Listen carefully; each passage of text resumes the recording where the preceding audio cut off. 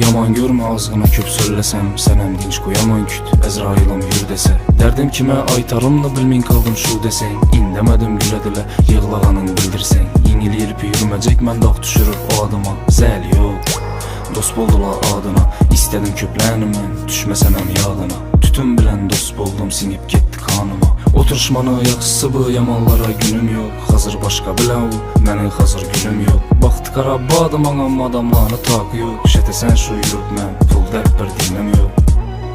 Apa size bir dana sözüm, geçirin yığılıptım köp ağır batmasın sözüm. Ertə bulsun belkim geç, açılar mənem gözüm.